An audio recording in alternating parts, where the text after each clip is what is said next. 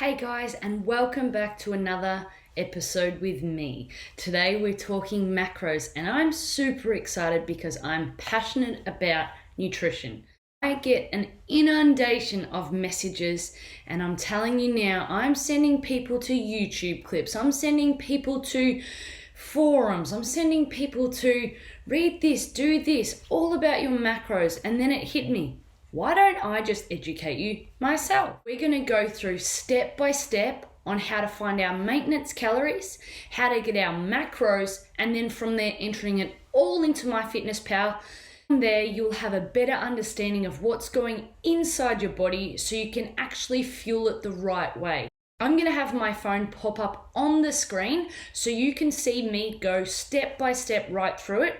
I'm going to use myself as an example, as if I'd never done this before. So get your phone out and make sure you follow this step by step so you can have that success too. Let's do it. All right, so we've got my phone set up right by the side, so you'll be watching me in real time go through everything you need to go through in order to have a successful Myfitnesspal experience, but also a better understanding about your maintenance calories and your macronutrients. First thing we need to do is find our maintenance calories. There is so many websites out there that you can go to find those maintenance calories. I like TDEE.net. So that's Total Daily Energy Expenditure.net. Once we go to that, we'll go through step by step on filling out a form to get our maintenance calories. Now that we're on the website that we want to use, we're going to fill out all these details and then we'll get our maintenance calories. We'll also be given a split of macronutrients, and it's up to us to choose what we want to go for. I'll explain what would be best in terms of a beginner, person that's cutting or bulking. So let's fill out these details and go from there. Female, 28. I was 61 this morning, but I'm going to enter 62 because that's been my average throughout the week. I've been snacking a little too much. 168. Now with activity, I keep it as an office job purely because every day could be different for me, and I'd rather have a more accurate reading because some days I'm going to be watching Netflix and chilling, and some days I'm going to be out mowing the lawns, chasing the chickens, I'm going to be in the gym multiple times, I'm going to be playing football, I'm going to be doing Brazilian Jiu-Jitsu. So for me, I'm just going to keep it as a sedentary lifestyle, and then from there we'll play with our macros accordingly. Just quickly, I did go get my body fat percentage done recently. I run an 8-week challenge and we all get our body fat percentages done. I love getting it done. I think it's fantastic. So I'll just show you what I had done and then I'll enter why I know my body fat percentage. So as you can see here, I've got my body fat percentage. I'll just zoom in a little because I want to show you what I was like before Christmas. 12.8, little too much snacky snacks. So now that I'm sitting at 14.4%, I'm totally okay with that because I know what I need to do in terms of getting back to 12.8 if that was my goal again, which to be honest, I was pretty happy there. I need to be in a calorie deficit in order to get to that point. But I've definitely been in a surplus since Christmas because life's been pretty damn good. Let's get ourselves calculated. I'm excited, let's see. Okay, so we've got our stats up now and it's telling me that I need 1,810 calories per day as a maintenance. So let's scroll down a little and work out what macros we're gonna choose from there. And then from that, we'll enter it into Myfitnesspal. Here we have our moderate carb, we have our lower carb, and then if we scroll down a little bit more, we've got a higher carb option. Now notice that it says maintenance, cutting, and then bulking. We're gonna leave it at maintenance because a lot of you I'm finding that are coming to me have never tracked your macros or don't understand how to enter them into Myfitnesspal. So the best thing we can do is find just maintenance calories and work from there for at least 2 weeks. Now, if you start gaining weight, then obviously you're in a surplus and we need to dial that back. And if you're dropping weight really quickly, I would definitely suggest that you're in too much of a deficit and we need to bump it up just a little. So having these maintenance calories are a great starting point. So we're going to enter those into Myfitnesspal. Before we get started, I want to go into depth about those macronutrients that had popped up on the screen before. We're going to go through and explain how we got those numbers, just in case you guys can't get that website yourself or can't get an accurate reading of your macronutrients or you genuinely just want to work it out yourself. Just a little bit of science and maths. I am horrible at this, so I had to have my partner explain this a little bit more to me. So hopefully I've got it as basic as I can so I can explain it to you. At the top, we've got our protein. Now, remember on the website, it said 136 grams of protein. How we got that number was 1.1 to 1.4 grams of protein per pound of body weight. Now, if you know your body in pounds, simply just add that as your baseline macros for protein.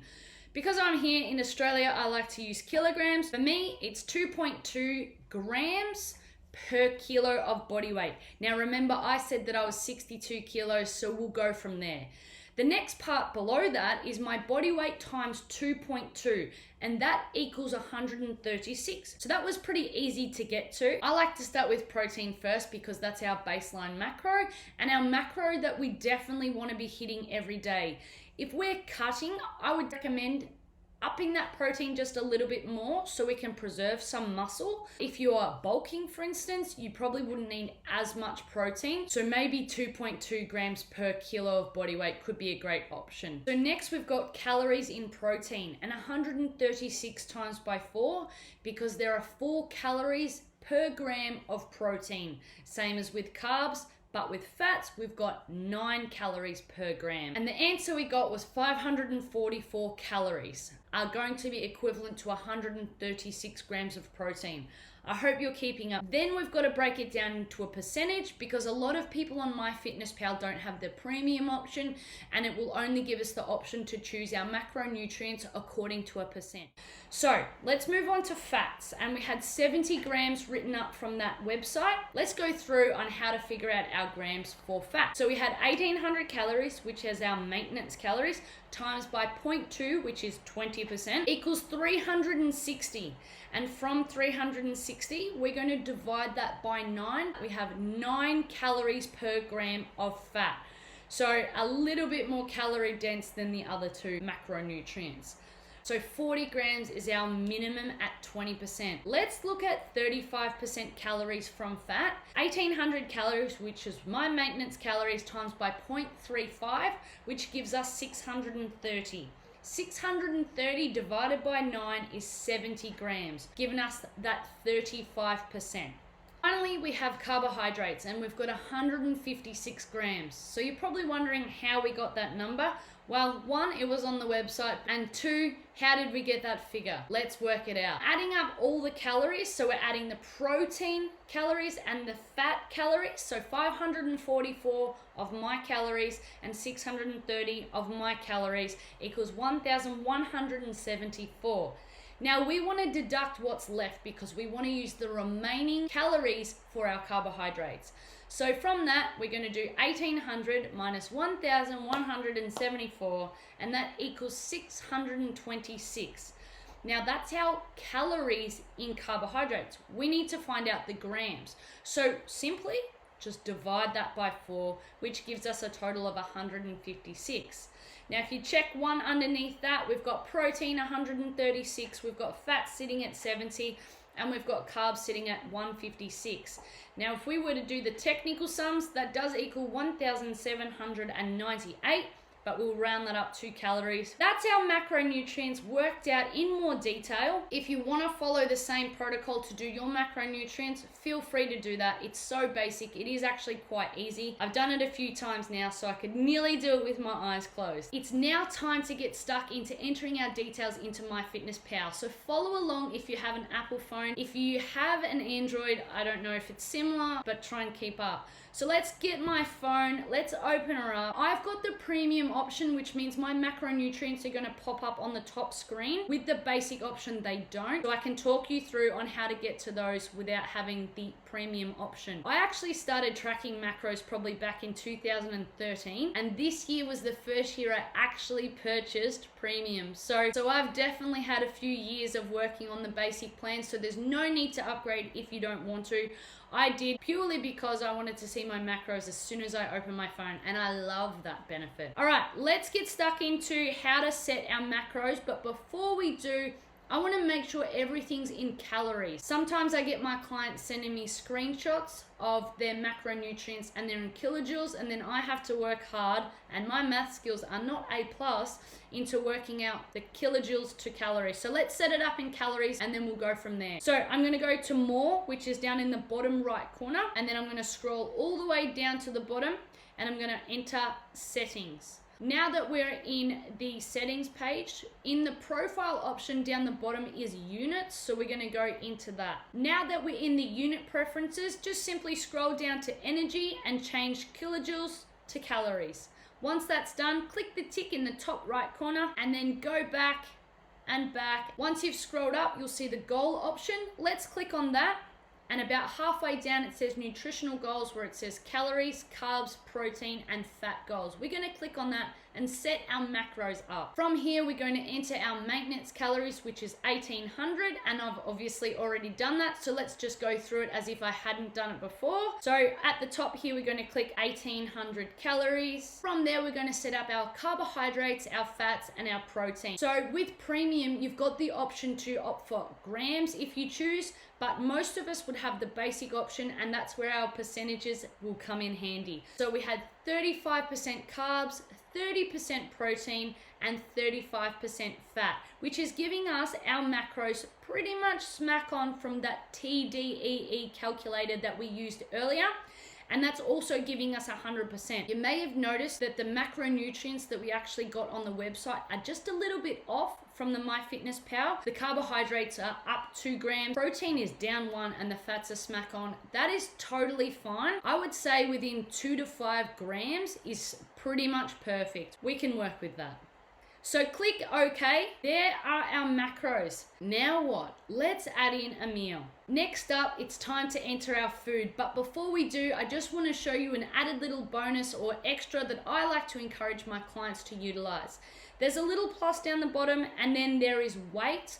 I like to opt for my weight to be entered into this app. I personally track my weight quite often because when I track my macros, I like to see how my body responds to the food. Now it's time to enter our food. This is the exciting part. Let's just enter a couple of little snackies. Down the bottom, there's the plus option.